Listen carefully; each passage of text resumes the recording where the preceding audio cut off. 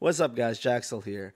The tournament ranking system, an update went out today, so I'm putting a video together to explain some of the changes, why I'm doing things, why they were changed, and a preview to something coming soon. In the last update, I put in a system so that people could seed their event based on uh, the rankings on the forums. We used it on Tuesday. It didn't work out exactly as we had hoped. It was really the first test run we ever had of it. Um, and there's a specific reason why it didn't work out. And mainly it's because we're matching participant names against usernames on the forums.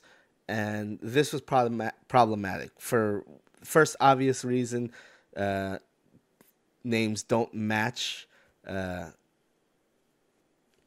Uh, the second obvious reason is people don't want to enter tournaments as their forum name because their forum name is just their forum name, and their tournament name includes their sponsors, their team, and whatnot. And they want to have that in their tournament entry. And if we were matching names, we couldn't have that.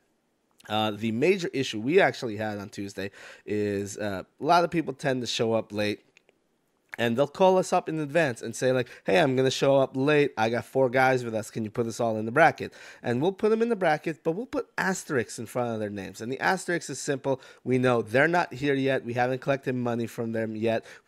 We'll try to postpone their matches as long as possible. And because of those asterisks, once again, we can't match the usernames. So with this update and on, we're not going to be matching usernames anymore. So if you try to seed your tournaments right now based on usernames, it's not going to work. It's not going to find anybody. But there is actually a workaround on Challenge, and I'm going to explain it to you guys here. I'll do my best. It's a little more complicated. Okay, so we have Challenge. I got my tournament here, and you'll see it has 2 fields here for adding. It's got the name and possibly their account username or email. What you guys don't know is there's actually another field here called miscellaneous, and miscellaneous is actually a garbage field. Challenge, they put it in for people to use in their API. They don't use it themselves. I've put in a request hoping that they would actually make the miscellaneous field accessible from this form, but until then, it's not.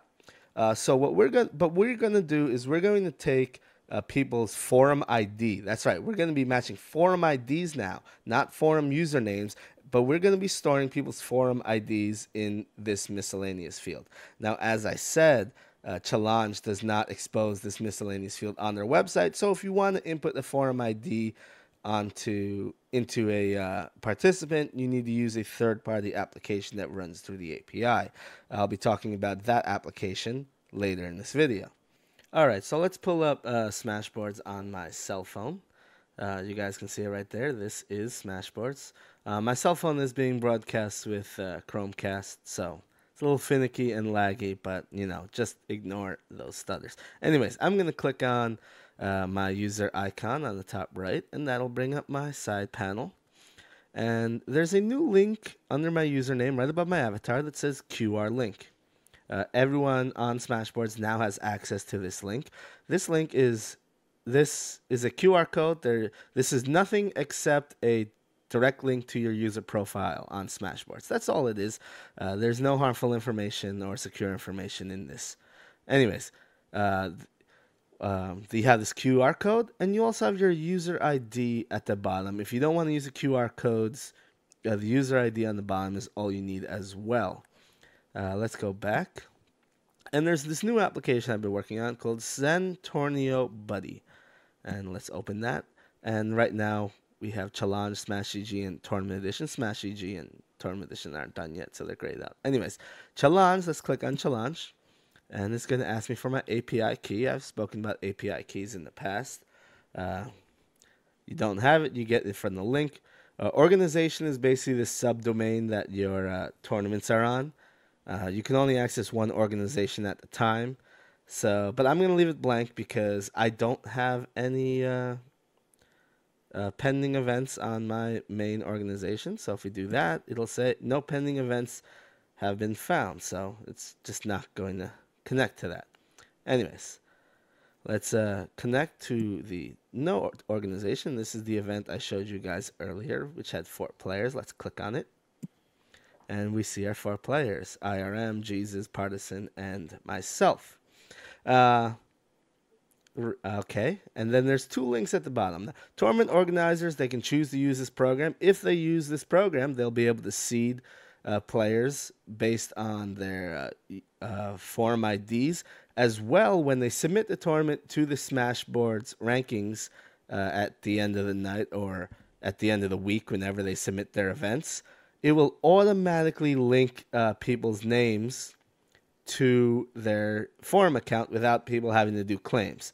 Anyways, so let's click Add Player for now. When I do that, I can, add information. So I would be Jaxel. And my forum ID, I don't remember what my forum ID is, but I said, hey, remember it before.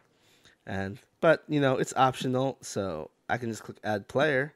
It's going to give me the error. Jaxel is already in the tournament, so that's not working. So let's back out of that. Now, you'll see that other button for QR code. And I spoke about the QR code earlier in this video. And so let's click that. And the QR code application starts up. QR code goes right in the middle. And it automatically detects it and populates the information and even shows the avatar so that you know you have the right person. And see, I got my name, I got my forum ID, and I can just click Add Player, which of course isn't going to work because I'm already in this tournament. But now when someone comes to sign up for your tournament, you can simply ask them for their forum ID or their QR code. And the QR code they should always have on them because it's the internet. You can just access it anytime you want. Take a screenshot of this. Let's see if I can get the screenshot working. Nope. Like I said, screenshots on Android. Very finicky. Anyways, that's what's coming soon. Still working on this. Is my first ever Android app, so it's taking me a long time to even do the most simple things. Anyways, peace out, guys.